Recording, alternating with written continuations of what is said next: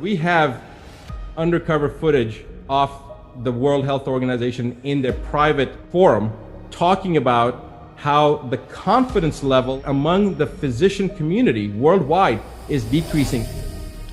The WHO is trying to decide on a strategy, a marketing campaign.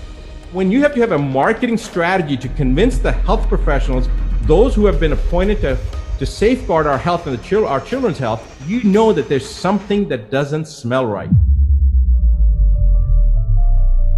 The Centers for Disease Control's own data shows that 1% of the population of the planet currently has autism.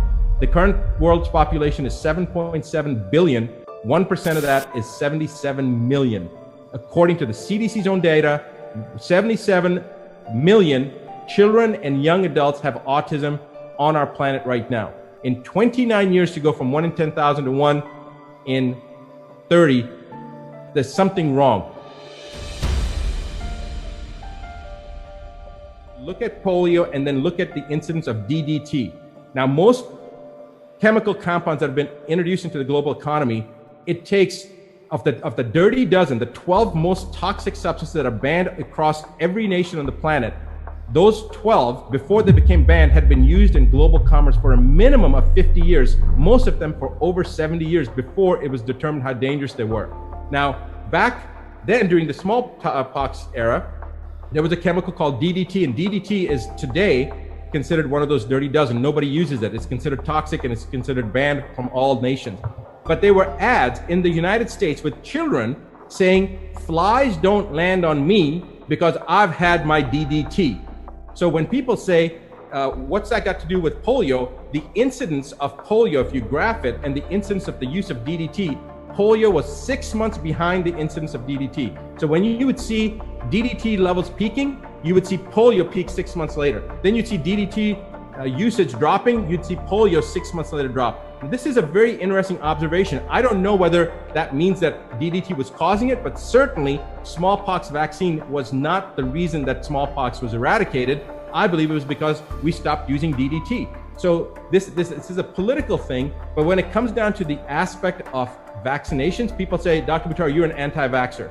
I am not anti-vaccine, because if there was a vaccine that didn't have all those preservatives in there that are highly toxic, like mercury and formaldehyde and nickel, and didn't have the DNA adducts that are added to increase a reaction, if they didn't have various human cell lines, mutated human cell lines, DNA from other species like dogs and monkeys with other viral loads in there, if they didn't have all those things in there, and they actually were given at a time when a child could seroconvert, because we give these vaccines on the first day of the planet, yet a child's immune system can't even seroconvert, can't even mount an immune response till 6 months to a year of age. So now we've got all these components, and then using things like mercury, the body can't even eliminate it till the alimentary system is fully developed, which takes about a year for the alimentary tract to develop. But if they made a vaccine that didn't have DNA adducts, didn't have mutated human cell lines, didn't have adjuvants, didn't have mercury, nickel, formaldehyde, and other contaminants and other things that are dangerous that suppress the immune system, didn't have glyphosate, which now they have glyphosate in there,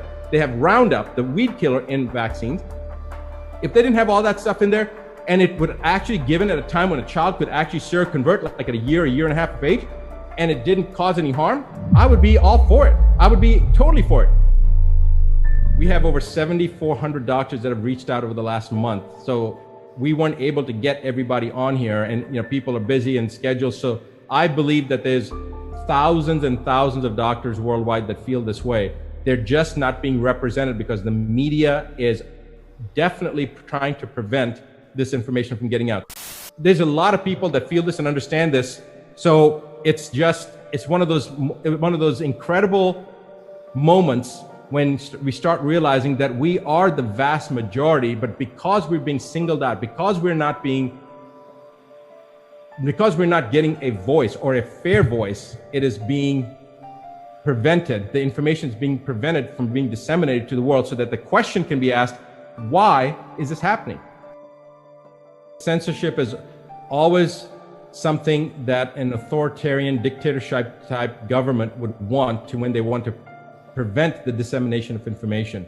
So rather than even trying to give a reason for the censorship, let's ask the millions of people out there that may be seeing this, why would anybody censor facts and truth about injury that's been caused by something that has been promoted for the last 20 or 30 years as the single most important safety component for our children, yet has caused more injuries, more documented injuries, millions of children being maimed worldwide. Why would you want to stop the conversation? In the 1980s, the vaccine industry came to Congress and said, we need help. The vaccine industry came in the 1980s and asked for a bailout. President Reagan at the time said this is not a good idea, but Congress went ahead and bailed them out. And the reason that they gave was, we have so many lawsuits, we cannot make vaccines, we cannot afford to be in business. So the government bailed them out, and the government then took over the oversight with a mandate that every 2 years they would do safety studies on different vaccines. Up to this point, 2020, now we're talking about 40, 50 years later, because this was like in the 70s and the 80s, let's just say in the last 40 years. Guess how many safety studies have been done by the US government to assess the efficacy and safety of vaccines? I'll save you some time. 0. So the mandate that the government took over to do oversight has been totally ignored. Now, and it's not that they did it on purpose. I think they just, like the government, they dropped the ball. Now, let's say that I filed a lawsuit against a vaccine manufacturer. Guess who the defendant is on that lawsuit when it's filed with the government? The defendant is not that vaccine manufacturer, it's HHS, it's the Health and Human Services, it's the US government that you're suing because of a vaccine injury. And guess who's defending the US government? The Department of Justice. So when you have a child that's been injured, you're fighting the Department of Justice, you're fighting the US government. And remember, the Department of Justice is supposed to be making sure that justice is being done. Instead, they are fighting to defend the Health and Human Services from somebody who's been injured. Now, does that make any sense whatsoever?